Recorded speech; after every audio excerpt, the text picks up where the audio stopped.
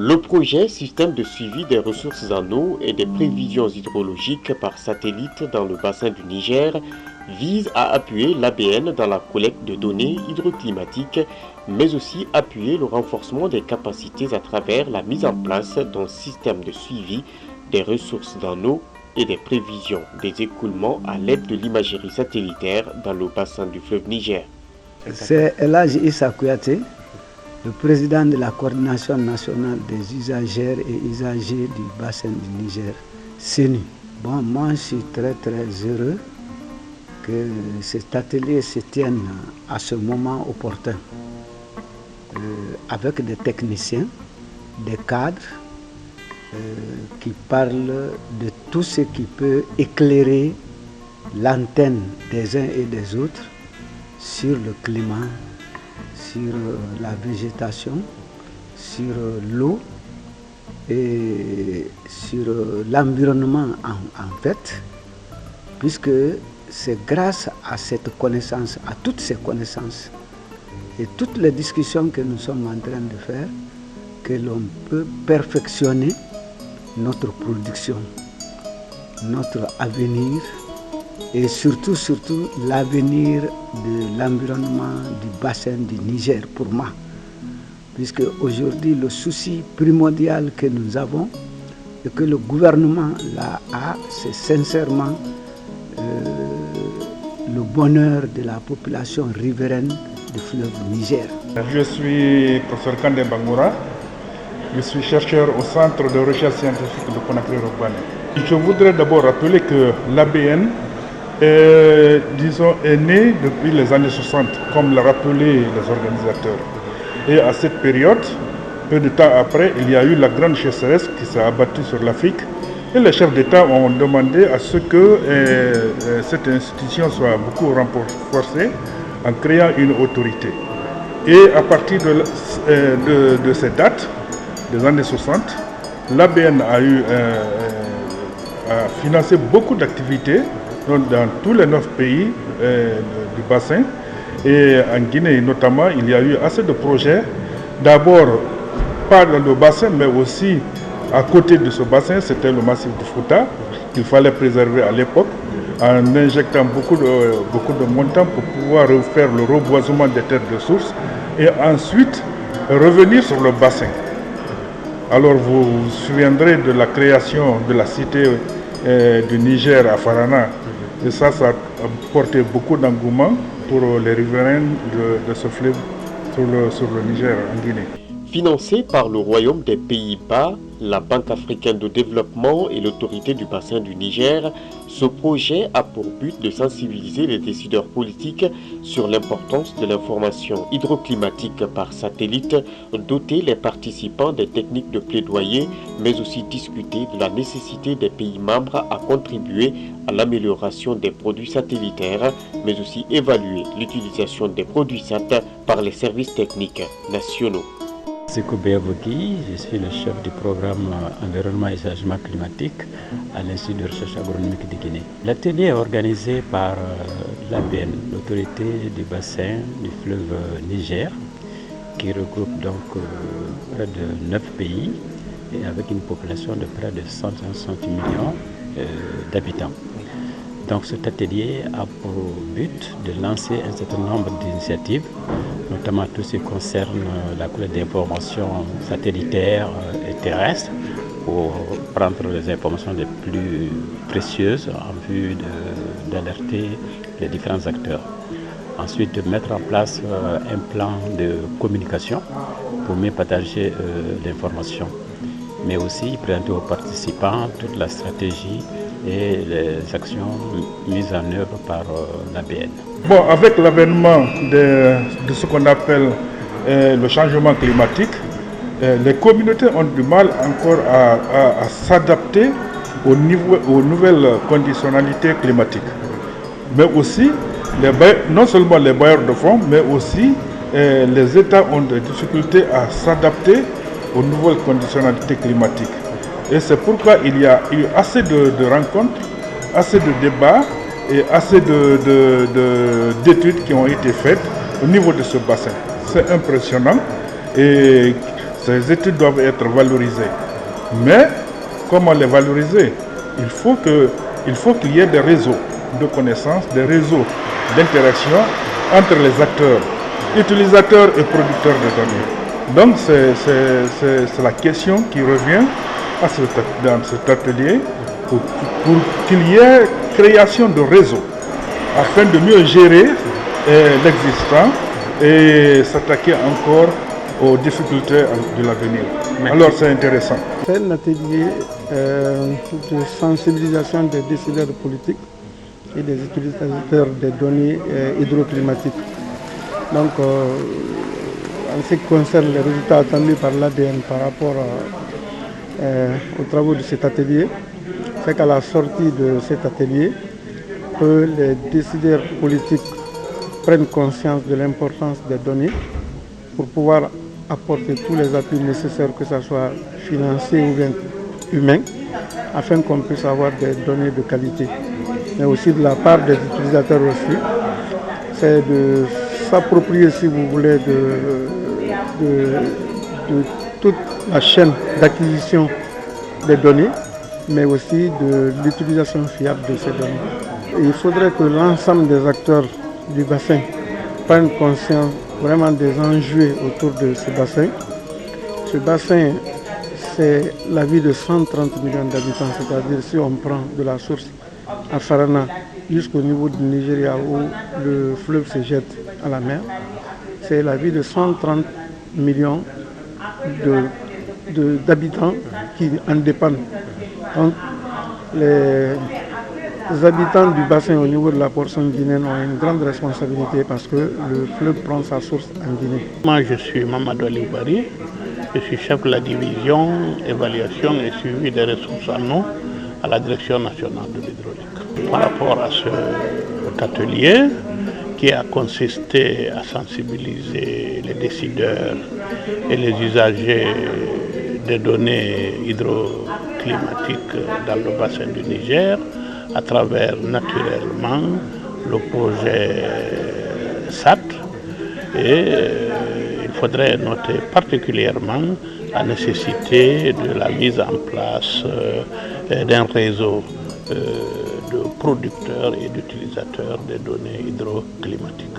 L'ABN existe depuis longtemps, il a fait beaucoup de réalisations en Guinée, mais devant la pression sur la nature, ils ont eu besoin de nouveaux outils et d'un nouveau cadre organisationnel des différents acteurs pour être plus efficaces. Et tout cela dans un contexte de changement climatique. Je suis commissaire de police Nabi Bangoura de l'Agence nationale de la gestion des risques et catastrophes.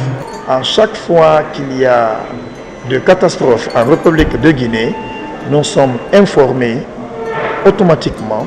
Nous avons toujours nos représentants à l'intérieur du pays qui peuvent aller s'enquérir de la réalité à temps et au moment.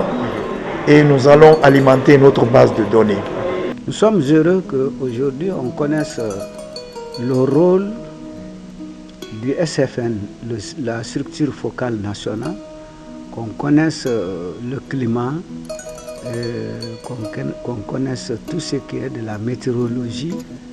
Et tous les techniciens hydrauliques et autres vont intervenir aussi. Comme je l'ai dit tantôt, c'est pour nous donner des instruments capables d'améliorer notre façon de faire autour du bassin. Et comme vous le savez, c'est l'un des bassins les plus importants de notre sous-région, le bassin du Niger, dont la source est chez nous à Farana. C'est pourquoi le Faranaka a cette lourde charge, non seulement de préserver l'écosystème du fleuve, mais aussi de garder jalousement cette source qui fait la vie de près de 160 millions d'habitants dans la sous-région, avec 9 pays et près de 160 millions. On sait aujourd'hui que sans le fleuve Niger, le Niger n'est pas un pays habitable. Sans le fleuve Niger, le nord du Mali, ce n'est pas possible d'y vivre. comme le Nigeria a plus de 14 barrages sur ce fleuve Niger. Vous voyez combien de fois c'est important que nous qui sommes à la tête source, nous soyons aidés, nous en avons le souci de sauvegarder, que ce soit les autorités administratives, gouverneurs, préfets, que les techniciens de l'environnement, des eaux et forêts, les techniciens de l'hydraulique, de l'habitat, des travaux publics, du génie rural, de l'Institut Valéry Giscard d'Estaing, de tout ce que vous connaissez comme cadre. Ce sont nos partenaires à Farana. Chacun a cette charge sur la tête de sauvegarder cette source-là. Puisque le bassin dans lequel le fleuve prend sa source, le massif du Daro, dans sa hauteur, le mont Konosu, je vous dis, c'est dans le même bassin, dans le même massif que prend la source les principaux fleuves, le Nyandang, le Mafou et aussi le fleuve qui fait aussi l'union entre la Guinée, le Libéria et le Mali et la Sierra Leone, le Manon Riva. Ça prend sa source dans le même massif. Donc c'est un massif à préserver. C'est pourquoi je suis très très content que tous ces cadres soient présents. Je les ai invités, je leur dis, ils n'ont qu'à aller voir la source, ils n'ont qu'à nous voir à la source. Aller voir la source du Tinkiso, la source du Mafou, du Nyandang, la source de Sankarani, la source de Fié. Tous ces fleuves-là, ça intéresse. Partout où tu es, intéresse-toi à sa source, intéresse-toi à la vie du fleuve. Puisque aujourd'hui, il y a une agression qui ne dit pas son nom sur les ressources naturelles du bassin du Niger.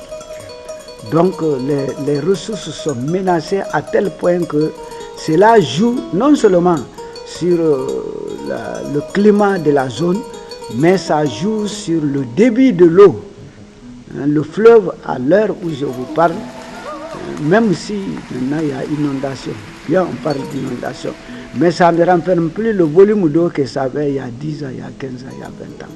La mise en œuvre de ce projet marque le début d'une nouvelle ère pour l'autorité du bassin du Niger avec la tenue récente de la 38e session ordinaire du Conseil des ministres de ces 9 pays membres. Ainsi, les décideurs politiques seront sensibilisés sur l'importance de l'information hydroclimatique avec l'évaluation des besoins en données et informations hydroclimatiques pour l'amélioration des produits de l'ABN. Dans le cadre de l'échange des données, de la production et de l'échange des données dans les différents domaines hydrologiques, climatologiques, de gouvernance, dans tous les domaines d'activité qui peuvent intéresser l'autorité du bassin du Niger pour la réalisation des projets et programmes d'intérêt dans le bassin. Il a été entrevu la mise en place des réseaux de producteurs et d'échange des données. Et depuis 2012, cette activité avait commencé, mais à un moment donné, il y a eu des difficultés financières qui ont donc arrêté ce processus qui vient d'être fort heureusement repris donc, par le projet SAT qui en même temps ces ateliers au niveau du pays est en train donc de vulgariser les avant-projets des textes qui existent pour la mise en place de ces réseaux. Bon, les difficultés peuvent être de plusieurs ordres. Par exemple, il y a l'éloignement d'abord. Le siège de l'autorité du bassin du Niger se trouve à Niamey au Niger. Il est souvent difficile chaque jour de sillonner l'ensemble du bassin pour informer la population. Il y a certes les structures focales nationales, il y a les coordinations nationales et la coordination régionale des usagers et usagères des ressources naturelles, mais il faut encore des moyens pour essayer de circuler et d'informer. Et Dieu merci, avec un certain nombre de projets qui sont mis en place par l'ABN, dont notamment le PIDAC qui vient de commencer ses activités, il y a effectivement la possibilité que les informations liées aux différents projets et activités de l'ABN soient donc mieux en tout cas vulgarisé au niveau de la population et surtout avec les activités aussi de la coordination nationale des usagers et usagères et des structures focales. Je pense que et de tels ateliers qui sont en train de se passer dans les pays, il est fort possible qu'à terme que les populations, les acteurs soient informés. Donc c'est l'attente pratiquement que vous avez à l'issue de cet atelier. C'est l'attente que nous avons, oui. Et avec la mise en place effectivement de ces réseaux qui lui concernent surtout les producteurs des informations et des données, pas forcément la population au niveau du bassin, mais les producteurs de données. Nous pensons aussi que la population aura à gagner parce que sur la base de ces renseignements, de ces informations, de ces données, au niveau des pays, au niveau de l'ABN, il y aura donc une exploitation judicieuse et minutieuse et des renseignements qui va essayer de donner plus de possibilités à la gestion durable donc, du bassin du Niger et de ses ressources. Je suis Bachir Al-Khali Tenimoun, je suis le coordinateur du projet suivi des ressources en eau dans le bassin du Niger par satellite. L'atelier qui nous réunit pendant ces 2 jours, effectivement c'est un atelier qui porte sur la sensibilisation des décideurs politiques et utilisateurs finaux de produits et informations climatiques basés sur les données satellitaires. Donc le projet qui est mis en œuvre au niveau de l'autorité du bassin du Niger, qui vise à appuyer l'autorité, c'est-à-dire le bassin du Niger, ainsi que les États membres, en termes d'utilisation des technologies satellitaires, mais également de les permettre de comprendre qu'on peut se baser de l'information sur les satellites pour alerter ou bien pour orienter les prises de décision. Donc c'est dans ce cadre que ce projet, financé par le Royaume des Pays-Bas et la Banque africaine de développement, vise à appuyer vraiment l'ABN, les actions de l'ABN, surtout pour le rôle que l'ABN doit jouer au niveau des États pour les apporter les informations utiles pour leur prise de décision, pour la planification et également surtout dans le domaine des alertes, des inondations et des sécheresses. Donc c'est dans ce cadre que nous sommes aujourd'hui vraiment honorés, après avoir déjà réalisé un certain nombre de séries d'ateliers de formation dont la Guinée avait déjà bénéficié. Nous sommes aujourd'hui pour sensibiliser au plus haut niveau, c'est-à-dire les décideurs politiques sur la problématique de la collecte de données hydrologiques et météorologiques et également dans le domaine pour surtout ces informations qui sont très utiles dans le calage et validation des données satellitaires. Donc c'est dans ce sens que nous sommes aujourd'hui là avec vraiment toutes les composantes, toutes les structures techniques de la Guinée qui sont en charge de cette thématique. Et on les a réunis ensemble pour essayer vraiment de les sensibiliser et également avec eux voir les différentes synergies qu'il peut y avoir dans le cadre de l'amélioration de l'information que nous donnons pour la population.